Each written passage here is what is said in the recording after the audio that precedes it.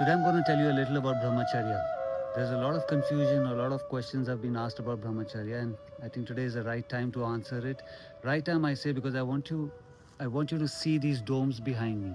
I'm here at the Beatles ashram, and these domes were designed for meditation, for brahmacharyas, like the board that you saw. So you can pause it and see the board. It was made basically for brahmacharyas. Whoever's practicing it can go inside these domes. Let me take you inside the domes. Come.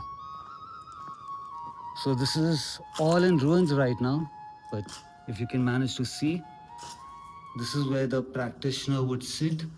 They would meditate here for days, hours. Some of them would stay. They would keep their stuff over here. These stairs that go up to another room over there where somebody else would be practicing. No way I'm climbing up these right now because they're in a mess, like I said. So this is where these doors used to be, inside where people were practicing brahmacharya. So even if now, if you see behind me, all these domes were for brahmacharya. So brahmacharya now is made of two words, brahma and charya. Brahm means an illusion.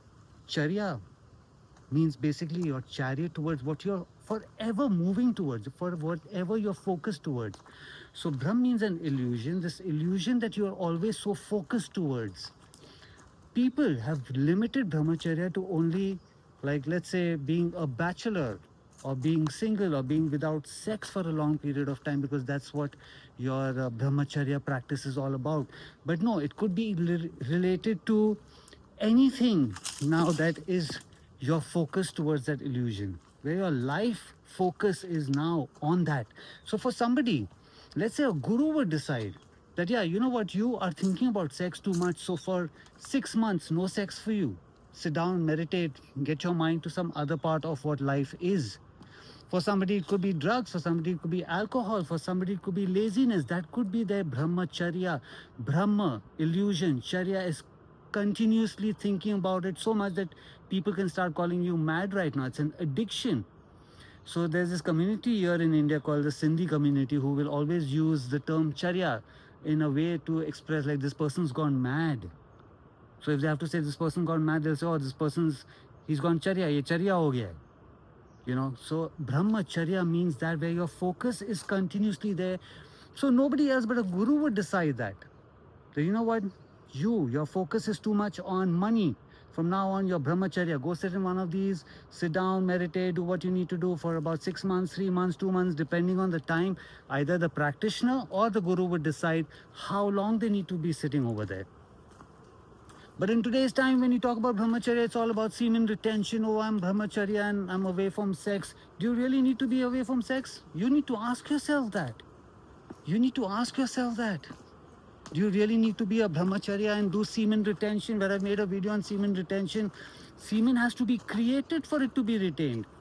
Not saying that, okay, I'm not doing sex, I'm not doing any of those things, and I'm on the brahmacharya. It could be brahmacharya, could be on any part of your life. That's the beautiful Ganga River. So yeah, brahmacharya has nothing to do with just one part of where people are focusing on, you know, that okay, brahmacharya, that okay, I'm without sex, I've been practicing for so long. But then sex is not your addiction. Your addiction could be gambling. Your addiction could be thinking the wrong thing. Are you being brahmacharya towards the right thing? You ask yourself that. If you can't ask yourself that, get in touch with me. You and I can sit down and we will figure out which is the part that you need to leave, and then a practice is given, a meditation practice is given for you to be not focusing on that part of your life which is now affecting your day-to-day life. So it's got nothing to do with, you know, brahmacharya being only about not having sex all the time. That's all a whole lot of rubbish what people have created. So these domes that have been created right now is one of those that they would come over here, sit inside, talk about what their problem is. The guru would tell them that, okay, sit over here, meditate, so you're away from all the other practitioners and get your focus back on what is lacking in your life.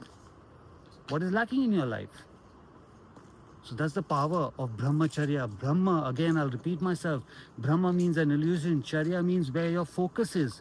If your focus is towards sex, then that's what brahmacharya needs to be. If your focus is towards any wrong part of life, then that wrong part of life is where you should be brahmacharya, away from it.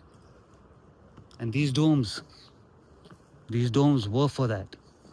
All the stones that you see, are picked up from the Ganges River, right from there. So it's beautiful. You don't need to come over here. It's in ruins right now. You need to take your room, your house, your mind, your soul is already inside a cave. So be true to yourself and have fun.